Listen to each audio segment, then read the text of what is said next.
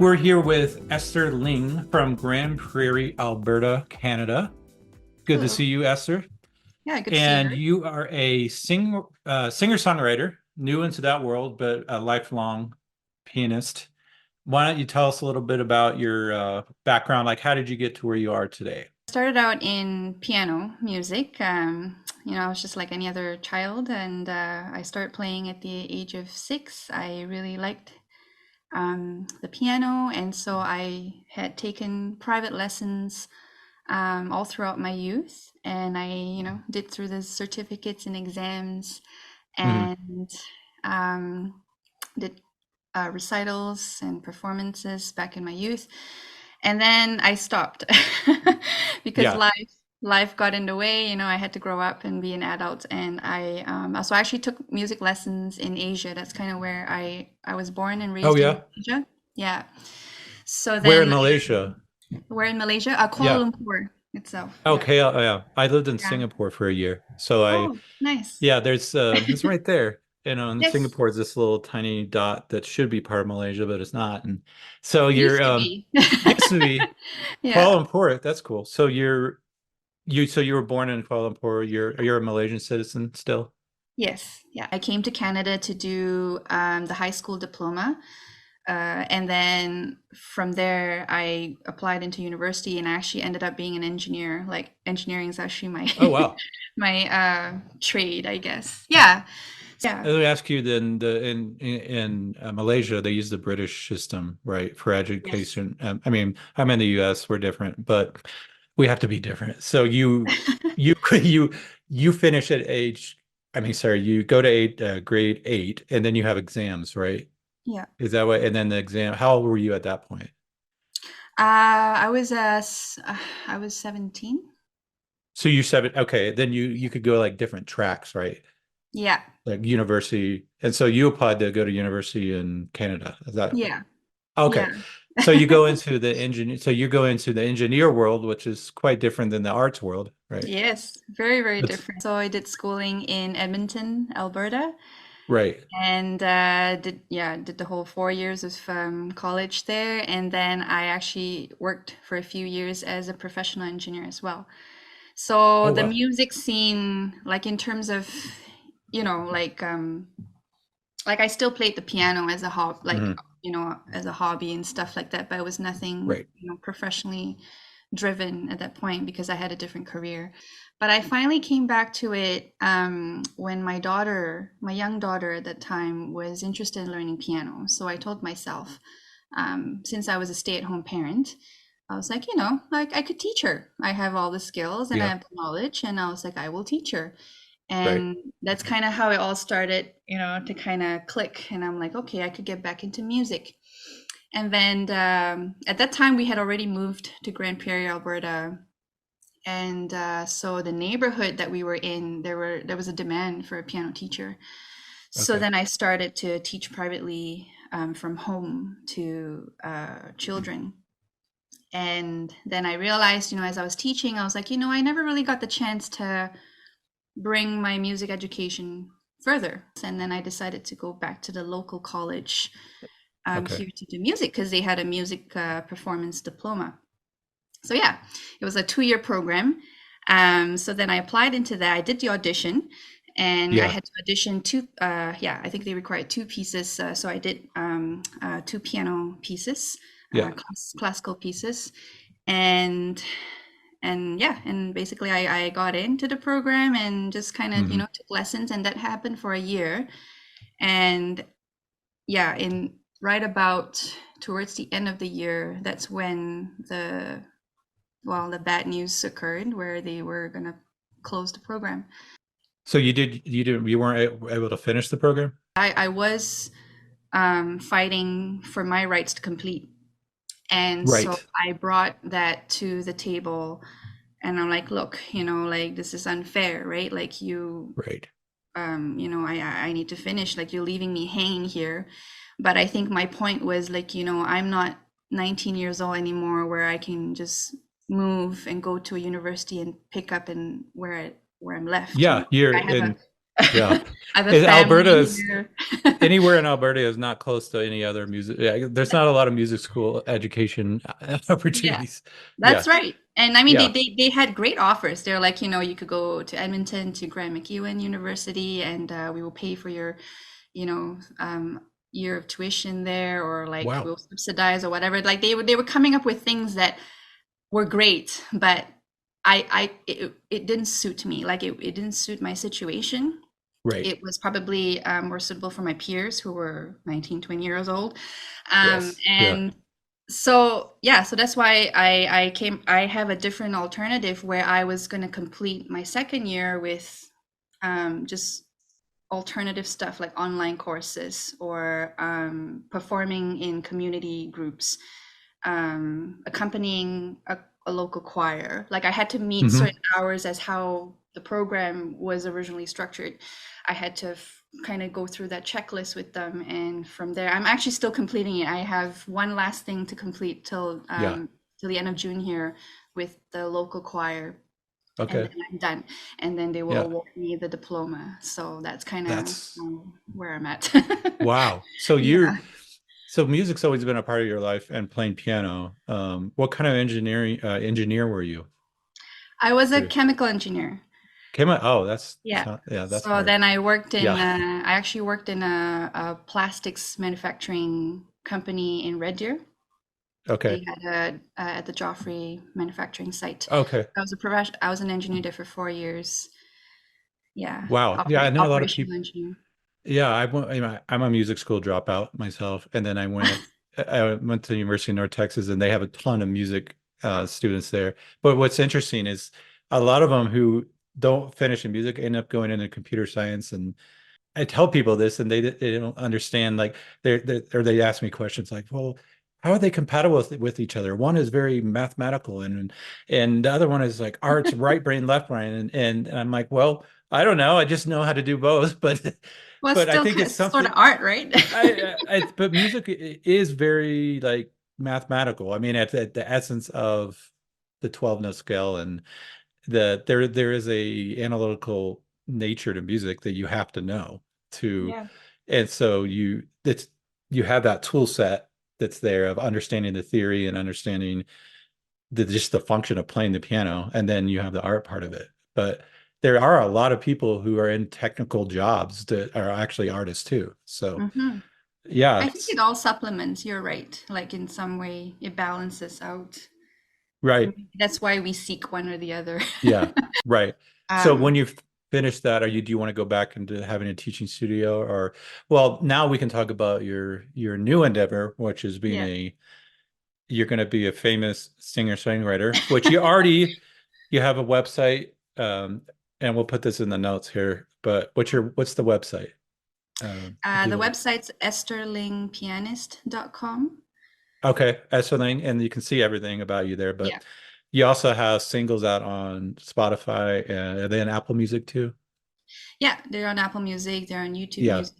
I think Amazon So as well. Yeah. right. So how did you get into, I mean, you're trained as a classical pianist and then as a kid, but how did you get into the singer-songwriter world? I learned songwriting through the college here. Like it was a great thing. It opened up my world of creating because I have always been a creator as a child. Like anything Yeah. that I could create, even art. Like I would make things with my hands. I love painting. I love sculpting. I love building. Yeah. And at the piano, even though I was trained, I mean, the program's always you got to learn the classical stuff, but Right. it's because Yeah. of the classical stuff that I think it built my technical skills to be able to play pop music on my own. Like my teacher never taught me any of those things. Uh-huh. I just, it's just one of the things, when you're a teenager, like, in the 90s, like what we've got NSYNC, Britney Spears, like I was into all of Yeah. that. Right? Yeah. That's And my generation too. yeah. Yeah. Yeah. I mean, I love Yeah. Taylor Swift too, like, yes. But Right. it's one of those things where I enjoyed playing, and I would just go to the bookstore and I would pick up a pop music book and I would just learn it on my own because I had the knowledge and the Oh, skills. And I would play it, And yeah, I So that basically was back experienced when stuff on my own. Yeah. you were in Malaysia. Yeah. You would go get a CD of the latest, and then I mean, I'm a jazz musician. That's my background. So, Oh, and I had the nice. classical too. So, a lot of jazz is about ear training and Yeah. the transcribe and stuff. So, how did you said you would learn the tunes? It was a lot of teaching yourself to how to figure out the chord changes and everything. Yeah, Or so because I could yeah. read music really well, like whatever that was on the pop sheet music, like I would Right. learn the melody. Oh, so you would buy the sheet music for the song. Yeah. Yeah, because they come Yeah. in books back then, right? So I would Yeah. like if I know the song, like I mean I orally like it's in my ear, right? Right. Yeah. So it's great because then I just learn the chords because they have the chord symbols and I was just like, okay, that's the chord, right? Yep. But I would improvise. That's the thing. I Yep. wouldn't play Yeah. what's written like literally because sometimes it was just too difficult for my level of reading, but I sort Okay. of get the idea. And then I Yes. just like kind of, yeah. So it was a mix of ear and reading, and I would just do like stuff on my own. Yeah, I know. Yeah, Well, it's same with me. I mean, I was jazz trombonist, but then I played piano since I was a kid, and then but I knew the theory, and so I just started learning the voicings and everything. But nice. I know what you feel. I know what you're saying about the music being too hard because even now, my daughter who sings, she's had some like Broadway books with a bunch of songs in them, and then they have the chord changes, and then the staff music for the pianist, and I'm looking at it like, okay, I can read the melody, but I'm terrible at sight reading, so I'll Yeah. just read. But if I can read the chord, if there's chords in a melody, I can make it sound good, Ah, right? yeah. I Yeah. know I can make it sound more full and better than the written music. So, Oh, yeah. um, so you were doing this as a kid. What did your parents think about it? Were they supportive of all the stuff you were doing? Well, that's a very interesting question because I Yeah, think, my parents were very supportive of my piano lessons. And, uh, I'd like to say that we weren't a very, well-off family in terms of, finances. So I think when yeah, my mom and dad said, if you're doing this, we're buying this piano because they didn't have digital pianos back then. It was all upright right. pianos. Yeah, We're spending, $1,000 on this piano. You're right. gonna do it all the way through. That's your commitment for like so it was Yes. kind of like this is the only thing you're gonna do, right? Like there was no Yeah, choice, there was no other choice for me. And I think, in that aspect it was good that I liked it and I went through it. right. But I think after that, like, when reality hits in terms of, you got to grow up, you got to have a job, that pays and is stable and whatnot. Hmm. And so music was not, music, at least at the higher level of education, was not an option for me. So I had to do something else. You Uh, mean being able to become a professional pianist? And yeah, kind I of mean, like, it's like a tiny percentage of people that can do that. I yeah, mean, sometimes I'll watch YouTube videos of these top pianists. I don't even remember the names, but these amazing people, and you're like, do you do anything else in your life except practice the piano? Because the amount of technical proficiency of the top pianists in the world is unbelievable. But yeah. But even in the yeah, arts, I think my parents yeah. never wanted me to go into the arts, like in Oh, general. really? Yeah. It was just a stereotype, I think, and maybe it is still prevalent in a lot of cultures. I don't know much about it here in North American culture because I grew up in Asia, but at least in Asia, it's not something that's seen as a career that you A would want your kid viable. to go into. Yeah. Well, Yeah, yeah. I mean, yeah, having lived in Asia, I know what you're talking about. I think it's it is the same here. It's just there's more variety, I think, in Western cultures as far as how people think of things. yeah. But there is definitely the mindset of get a job. But Hmm. if that means being a music educator, that might be fine. Or if Yeah, it means if you can get a job, but then most music, most musicians who get paid are really just kind of entrepreneurs where they get paid per or freelancers, and yep. that for a lot of parents is scary. Yes, and I think the fact that I'm, a female too. Like I think that that also adds to the um yeah, the whole thing about not wanting me to be, you know, in the arts. So Really? it's just one of this. Yeah. Yeah, I know. When I was in Singapore, I remember Singapore is like known as this food place, and KL too. But um, there's a lot of food, good food. But being a chef, I remember there reading some articles when I was there. They're like being a chef is not a prestigious job, like it is, like it Mhm. might be here in some ways. Yeah. It's just a job, and people make food, and so sometimes like you come from a different culture where, oh, you're a celebrity chef on TV, but they don't really have that there. So you went through that program, you learned, and you had the technical ability, but then now you're exploring a whole new side of yourself Yeah. with the singing. When did you get into being a vocalist? Is that just recently or? I think for me, what really triggered songwriting and singing as something that I could do professionally, or even, you know, just to save up enough money to do a song project on for just my own growth and everything. Mhm. It was really when the music program closed because I it was so heartbreaking to see, you know, I mean, for me, it was heartbreaking as well because it was my dream to come back into music, and then all of a sudden, it you know got Yeah, crushed again.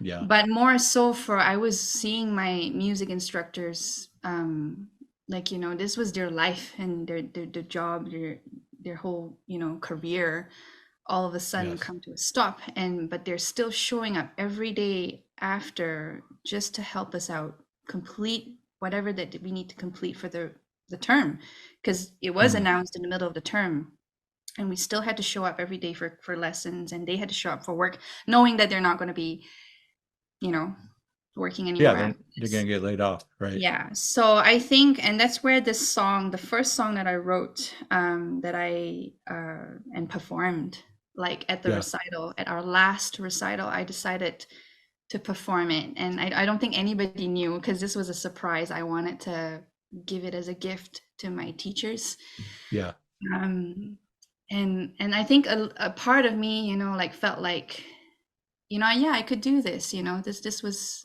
something that I enjoy doing. I was really passionate about it. It was born from my heart, yeah, and you know, it was something that I felt, you know, proud of at least yeah, that yeah. I was able to share a part of my music skills to bring healing to people, Right. and that's a big thing for me. I think you know, for me growing up in music, um, it's very healing for me, Mhm. and to be able to connect that with other people, and I think that's when I realized, you know, this is maybe this is what I can do. So from there, I performed it at the last recital, and then after that we also had an alumni, like a big group of musicians just coming back to do music, like a concert, like we put out Yeah. an alumni concert, and I sang it again and performed it on stage, for the community that was there, right? So it was just a whole new experience for me, and I, you know, and I'm still learning. Like I said, I'm very early in my songwriting, um, and so I'm really excited to see where it all Yeah. grows. Like I don't lock myself to a specific genre. Like I'm, even Yeah. though I really enjoy ballad style kind of writing, Right. slower kind of music. But I do write jazz. Like I wrote some jazz, like kind of standard form, Yeah. and I write, yeah, Yeah. pop ballad music. Like so, yeah, like things like that. I'm just kind of still kind of exploring and learning. So, I like to ask people about auditions because that's what we do at Snap. But going back to, your childhood when you started doing classical piano, all that, a lot of rote learning, and did you have any audition experience when you were young, auditioning for things or doing performances where you were assessed and things like that? Not so much for when I Mm. was young. I mean, I did Yeah. the conservatory exams where you just go in and you're assessed right there So with the you examiner. Yeah. and that how often did you have to do that? I think I did. let's see, I did grade 1, grade 3, grade 5, and then grade 8. So Okay. I didn't do for every grade because you don't, there's Right. no requirement to do for every grade. It's wherever you're ready. So when my teacher says, yeah, I'm ready for, this level, whatever exam, and then we Yeah. prepare for it and then we sit, and then I sit for it. Do you remember what it was like as a kid, going in and I played piano when I was like, or I took lessons from like age 9 to 12 or something. But Yeah. I can remember like, oh, I had to put on a jacket and a tie, and I was like, I had to go in and Yeah. play it for some judge person. Yeah, yeah, no, I Yeah, had to wear a dress, and yeah, I think that was the only happy part that I would be looking forward to, was to wear a it pretty is. dress. But then Yeah, no, when I would go in, like it's so nerve-wracking. Like I almost every time I would feel like I almost have like a little bit of a diarrhea, almost like I just need Oh, to your go to the stomach was washroom. and not. Yeah, Yeah, so it's just so yeah, nerve-wracking. And I think it gets worse as I get older. Because I think as you get older, you get more conscious of yourself. Like I don't remember feeling that when I was 8 years old or when I was 10, but like when I was 17. you were. Oh, you can. The trauma comes back later. Yeah. Okay, you have these experiences as a kid where you're going through this very prescribed system, auditions. How did you change? What did you do as an adult teacher? Did you change any methods based on your experiences? Yeah, I did because I Yeah. think, putting that into perspective, I would always make sure that when my students were preparing for festivals or Okay. recitals, right? I think festival is usually a more high pressure situation than recital, because recital, I mean, your family's there to watch you play. Encourage you. Right, Right. like Yes. festivals, like you have adjudication, right? Like you're being marked against something. Right. um so I think I would always make sure that I spend time with the student talking about nerves, because we don't talk about it. Like Yeah. my teacher never talked about with me. It was just like, come to lesson, drill, drill, drill, drill, drill. You just got to make that part right. Do it 100 times. Okay. It's like almost like you're a robot, almost like you're just remembering what to do, and then you just got to like perfect it, and it'll be Hmm. great. But I feel like we don't talk about the psychology of the nerves. What are you thinking? How are you feeling? And I really learned this a lot when I first started with my teaching career, private Yeah. teaching career. I also took lessons on the side with another pianist Okay. online, and she was great. Like this, Dr. Sabrina Chang. Like her focus was on cognitive psychology, but she herself was a concert pianist, Okay. and so I learned a lot from her in terms of how, like even for me performing on stage, like what I had to go through. And she would teach me these things and methods to cope. And Right. so then I was like, this doesn't need to just apply to me. Like it can apply to children as well. Like, because I mean, it doesn't mean that the child doesn't talk about it. Doesn't mean that they're not Right. feeling it, right? Like even for my daughter, I would always say, like make sure you are aware of how you're feeling, because sometimes we try to push that away. And then when Yeah. you're ready to play, things happen. Well, yeah. Right. Right? It's a human. But We're if you, human. Yeah. yeah, but I think the big thing is if you accept that you're feeling these butterflies, you are feeling this tingling in your hands, like it's a Uh, mindset thing, right? Like that I was taught, like you just got to accept that, okay, I'm feeling nervous, but it's okay, right? I'm feeling these cold fingers. Like you kind of right. got to have this little conversation in your head, like kind of just talk through what's going on, right? And I would also, in part of preparing a student for a performance, I would also make sure that they're practicing walking up to the bench, going onto the stage, taking a Right. deep breath. Like there's a routine that I teach my students to Yeah. do. Of course. Yeah. And because if you don't do that, and all of a sudden you're thrown into a room where it's different than the practice room, and if you don't have a routine practiced in your head, it could set you up for failure, like even as a Oh, student. yeah. Yeah, so Yeah. that was a big thing that I learned from Dr. Sabrina Chang, was that, having a routine helps. you get settled because it's all Yeah. part of the performance, especially for solo piano. I don't know if it's like that for every like band musician. You just Oh go out yeah, of there, just course. like It's jam also, and of just course. bring it, Yeah. right? Like Yeah. adrenaline rush. But I mean, how And did anyway, you learn how to does do that? Like, you yeah, know? it doesn't even have to be music. It could be athlete. It could be yeah, it sounds like Yeah. in your system, the system you're in, and as a young person, it was those things were kind of assumed that you were just deal with them on your own, probably. Yeah. And when we're not going to talk about them, but my guess is that a lot of kids dropped out or begged their parents to drop out because they had so much trauma from it, and we never saw them again. Yeah, like I'm trying to think Yeah. like, okay, if there was a time when a music school or whatever or didn't talk about, being psychologically prepared to perform, Yeah. then it's then the people that didn't have those issues probably the ones that succeeded more than others in it. Yeah. And Yeah, I've always heard people say the more you do it, the more you get better at it.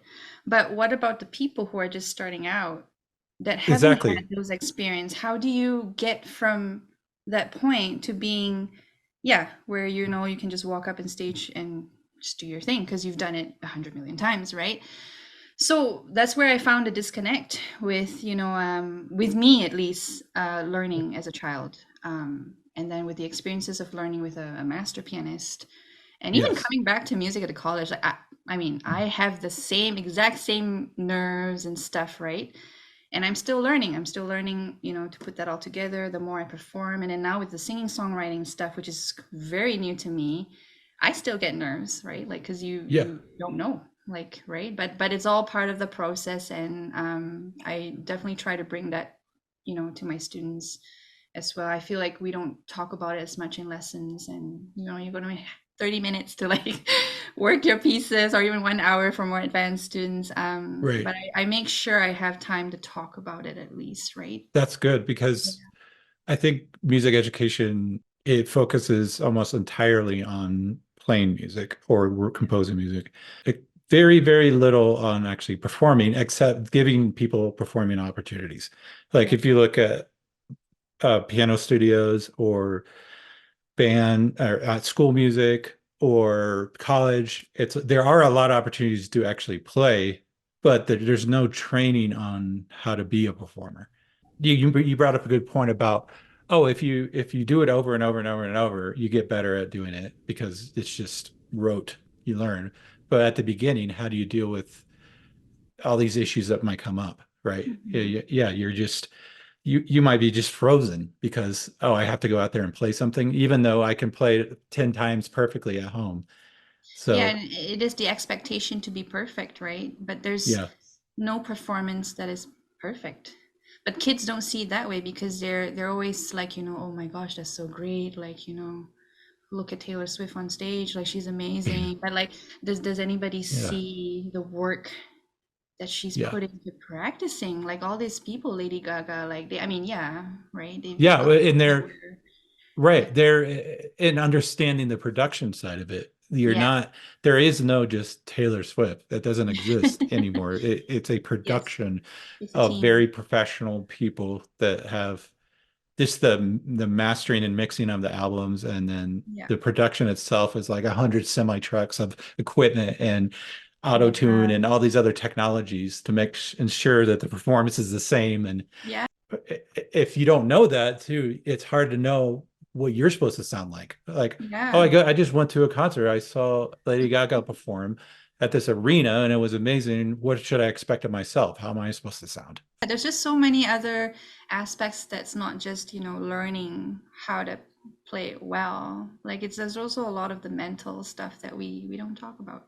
Right. And really Yeah. performance is mental because you're going on stage and you're acting, you're a performer. You are putting yourself in character and you're trying to be this something, right? Of the music True. and you're trying to communicate that to the audience. So then it's not really about you anymore, which I have worked with, a couple of students who have severe anxiety, very severe anxiety. Um, and, at some point I realized that I think what they're struggling with is they're always thinking that it's about them. And I have to Uh-huh. remind them it's not about you. Like Uh-huh. when you're on that stage, it's no longer, whoever your name is. It's the music that you have learned that's coming through you. You're just a vessel, right? Like you have the Right. skills, you've put work into it. But when you're on that stage, people are not. Yeah, I don't know. This is a weird concept to kids, but some No, kids yeah. get it, some kids don't. But yeah, like, So I what think the it's kids the really, kids that get it, what do you think? So you're trying to coach them along, say, hey,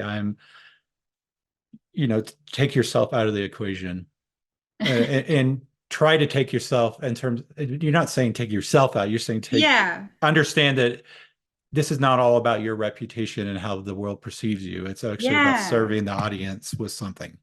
Yeah. yeah, yeah, So kind of like that.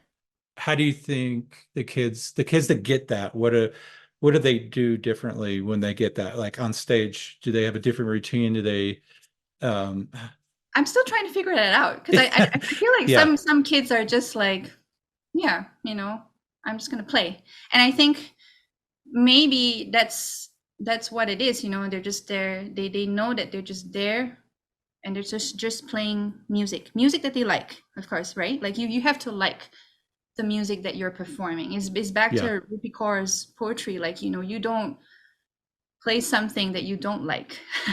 yeah, Right? Otherwise, how are you gonna bring your best to it? So you have to right. enjoy it. You have to enjoy the art. You have to enjoy the process and everything. So I think the kids that have a little bit more control over that mindset is like, I'm going up there and I'm gonna enjoy playing the music that I like. It may not be perfect, right? Like there are tips and stuff like that And we they're learn, okay with that. cover and everything, and they're okay Yeah, with that. And then they walk yeah, out the performance, they're like, that was really great. Because at the end of the day, I'm like, the audience will clap for you. Like you did yeah, your best, you brought your best. I mean, these are kids, yeah. right? Like, I don't want to give them the pressure of, like, when you're at a concert, like, I mean, like late Taylor Swift, if like something really bad happens, like that's really, really high pressure to like Yes, pull there's it a lot of together, money right? involved, and But I'm yes. like, you are in a recital and you're learning and you're young and, enjoy it. And that's what I tell my students, when you go up there, you are an actor and performing, you enjoy the music, how you like to play it. Like let Right. go of whatever that I told you in lesson. Yeah. I think sometimes when I hear and this maybe gets too much into mental health, and I'm not a licensed therapist. We get too much into telling people, well, just practice and practice and like you'll get over it, or stop thinking that way. But the problem is that if you really have anxiety issues, whether they're like deep-rooted anxiety that you're going to have to deal with as a person, you have anxiety disorder, or you just have situational anxiety, it doesn't really work that way. You don't just get rid of feelings. Like No, you yeah, actually, what you do is you channel the feelings, or you find a way to live with the feeling yeah. and still do it. You don't just get rid of them. But I think sometimes I hear too much from people who really never had stage fright, or they didn't really deal with it that much, and they're the ones giving advice to everybody else. So yeah, I mean that, and also believing people. I think, well, mental health has been awareness of mental health has been on the rise for years, since Yeah. COVID especially. I think that's great because it's like now we're kind of more believing people's feelings, that, oh, it actually might really be really traumatic for you as a 10-year-old to get up in front on a stage and play something. Yeah, yeah. And And I think as artists, we just get so much pressure, more than anybody else, because all eyes are on you. yeah, so what's the next part of your life look like with being, do you want to release an album? Do you want to, get out there and play gigs? I think for me, as a pianist, I'd really like to do more gigs for sure. Because the music that I play as a piano player, Yeah. I enjoy pop music. I do. I really do. And I also maybe want to work on bringing that into the medical care side of things, where Oh, the well. music brings healing to people. Because the music that I play mostly is soft ballad style music or whatever, right? I don't know if you've listened to Pink Walls, but Yeah. it's a song that talks about um domestic violence. So violence, trauma that a child has grown up with, Hmm. and it's reliving that memory through the song. But the Yeah. song's message is a message of hope because the character of the song returns home to paint over the wall of unhappy memories with the hope of starting fresh. Yeah, so that Wow. Pink Walls is a song that seeks to bring awareness on domestic violence. And I wrote it Wow. from, I didn't write it from the perspective of the victim, Hmm. like in this case, the domestic partner. I wanted to write it from a child's perspective because, I mean, we all were children once, and we've seen, parents fight, and there are unhappy memories and stuff like that. So I kind of bridged that into a story, and to know that these things aren't talked about in public. They aren't. They really Yeah. aren't, right? Like, you're within the Yeah. walls of a home, you do not know what happens inside the walls of a home. Right. So that's kind of how I came up with that idea of walls, painting over the wall to erase an unhappy memory. And yeah, and I thought to write a song about that. So it sounds like to Yeah. you it's very important to write and perform music that's very contemplative and that it like comes from your soul, Yeah. not just it's not just fun to play, but it's Yeah. a really expression of you and your experiences, your thoughts on the world. Yeah, and it also connects to a personal experience. I had two friends who were domestic violence victims, Hmm. and it was heartbreaking because they had young children, right? So Right. yeah, back to that, connecting to wanting to write it from a child's perspective, because the stories that I was hearing, like I would receive a call, and like it's heartbreaking because you can't do anything to help. As a friend, I didn't know how to help, to be honest. Like, I was, and being far away, I could only listen, um, maybe give some advice of what she can, Right. seek help somewhere else, like everything Yeah. just through the phone. But just hearing her, what she was going through and what the kid was going through, the kid was changing in his behavior, and stuff like that. Like, it was just really heartbreaking, to know, right? And a lot of times, when you're a victim, I feel like when you're in that situation, it's really hard to escape, because it is family. Like, you're trying to decide if you're wanting to stay, or you're Hmm. wanting to fix it, or should I fix it, or should I leave, for whose, happiness. Like, you're in this state of questioning for a long, long time. So I decided to, write a story about that. That's amazing. So, Yeah. and everybody can check it out on so search Spotify for Esther Ling, Ling, and that Pink song is Wall. there, and the other single you have, and Apple Music. Where And else can Apple they Music, find it? Yeah, YouTube Music, Amazon YouTube. Music. Yeah. Yeah, So those two songs. Make sure to subscribe, follow, do all that stuff. yeah. Go to your website, estherlingpianist.com, right? .com. Yes, Esther Yeah, Ling. and see everything that's going on with you. It's been great talking to you and hearing about your story. Good luck finishing your school. Thank you so much, Eric. Thanks, Esther.